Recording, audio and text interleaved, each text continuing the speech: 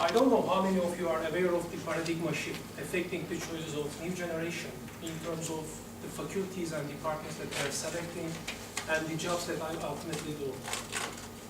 As opposed to the common beliefs, new generation is more prudent and they are not willing to take too many risks in their professional lives.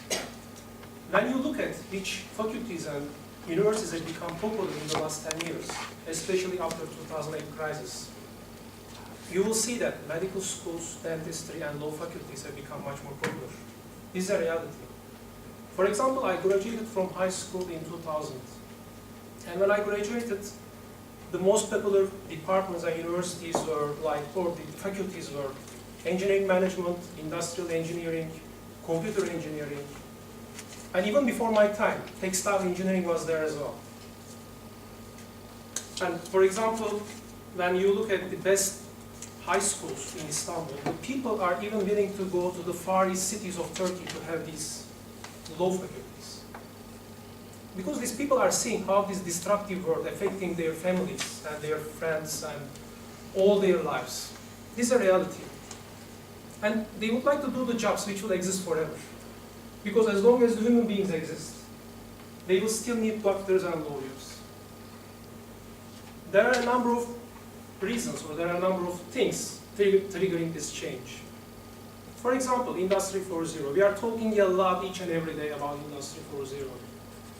And as the consumers, the life is becoming much more easier for us. We can buy whatever we want with the advent of technology, with the advent of mobile tools, everything. The customer is the king. This is the motto that we have today, which is true. Now we can buy whatever we want very easily. Purchasing something is just one click away from us. And we can compare prices and features of every product very easily. And now it is really difficult to be cheated by the companies. It's good for us. But on the other side of the medal, the life is not so easy for the companies. Because there is a very harsh competition.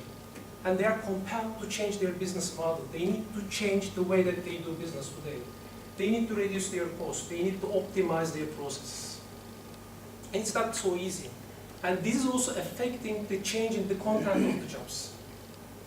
This is true. And according to an article, I think by McKinsey, by 2030s, around the globe, 400 million people will need to change their jobs. Because what they know today and what they are expert at today may not exist any longer in the future. This is true. We need to update the people who would like to pursue a career in that direction, need to update themselves, need to learn new things, need to add new skills to their existing skill sets. This is a requirement in today's harsh environment. The second reason is unstable economies like ours. We are living in Turkey and it's a VUCA country. VUCA is volatility, uncertainty, complexity, and ambiguity. The things are changing so often. These currencies are going up and down, inflation is going, the prices are increasing.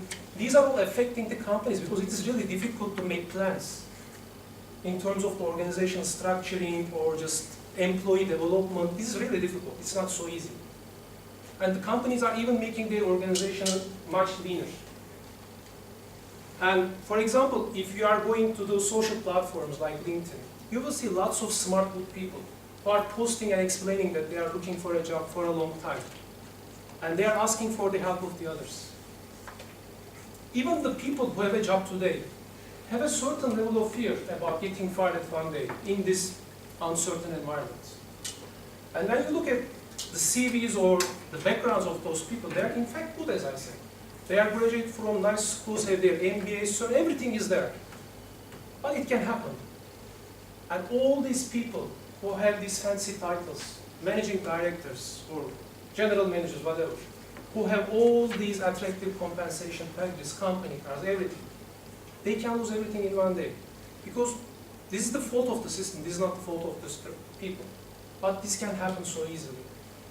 For example, how often do you see an engineer in Turkey, above the age of 50, can still work as an engineer without being promoted as a manager or supervisor?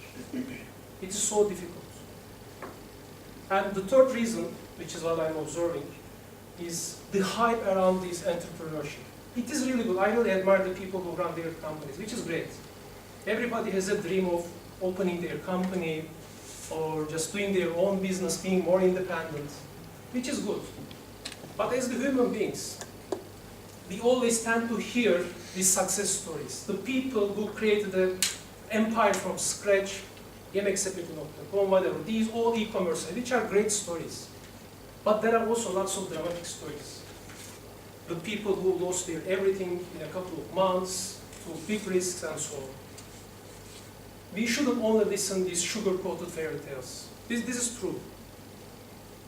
I'm not saying all of those things to discourage people who would like to apply for the multinational companies or would like to run their own businesses. These are all great, but what I'm trying to say is you need to bear in mind all the pros and cons of different options. You need to assess yourself. You need to know who you are. What are your strengths? What are your development areas? What will make you the happy? If you make this assessment, if you know all the answers of these questions, you are good to go. Thank you.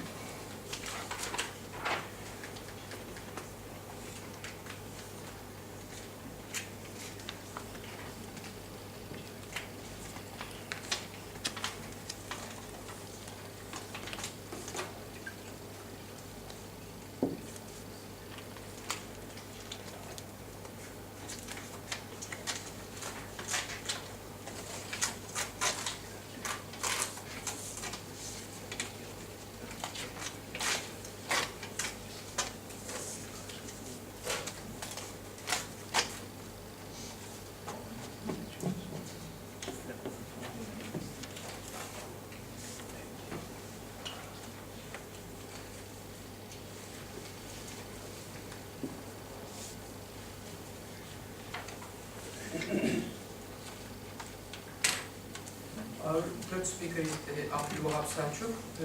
Before his speech, I would like to ask to Ender what are we expecting from him. Good evening all.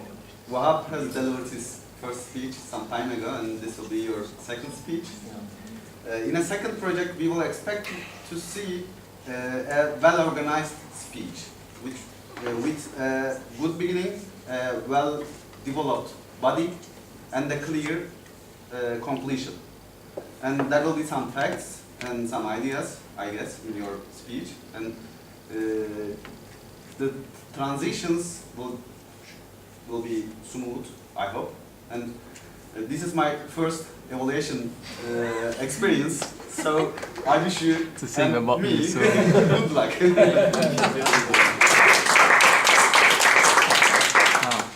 He's 30 years old. He's an electrical and electronic engineer.